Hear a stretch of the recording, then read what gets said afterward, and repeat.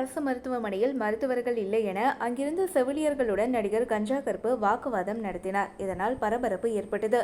போரூர் அரசு மருத்துவமனைக்கு கால்வலி சிகிச்சை பெற நடிகர் கஞ்சா கருப்பு இன்று காலை 10 மணி வாக்கில் சென்றிருந்தார். அங்கு சிகிச்சை அளிக்க மருத்துவர்கள் யாரும் இல்லாததால் அவர் செவிலியர்களுடன் வாக்குவாதம் செய்தார். அங்கிருந்த நோயாளிகளும் வாக்குவாதத்தில் ஈடுபட்டனர். இதுகுறித்து கஞ்சா கருப்பு கூறுகையில், நான் கால்வலிக்காக போரூர் அரசு மருத்துவமனைக்கு சென்றிருந்தேன். அங்கு சித்த மருத்துவர் மட்டுமே இருந்தார்.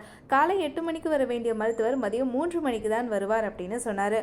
காலை 7 மணி முதலே மண்டை உடைந்து ரத்தம் சொட்ட சொட்ட நோயாளிகளும் ரத்த வாந்தி எடுத்த மூதாட்டியும் காத்திருந்தனர்.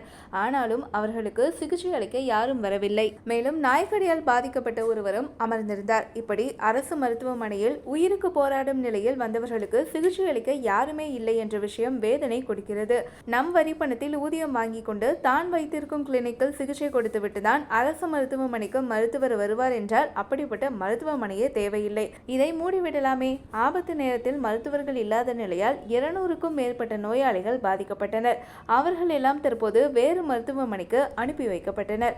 உயிருக்கு போராடிய மூதாட்டியை நகர்ப்புற சமுதாய நல மருத்துவமனையிலிருந்து வேறு மருத்துவமனைக்கு அங்கிருந்த பொதுமக்கள் அனுப்பி வைத்தனர். இதுகுறித்து தமிழக அரசு நடவடிக்கை எடுக்க வேண்டும். சித்த மருத்துவர் மட்டுமே இருக்கிறார். அவர் எப்படி அவசர கால சிகிச்சை அளிக்க முடியும் என கஞ்சா கருப்பு கேள்வி எழுப்பினார்.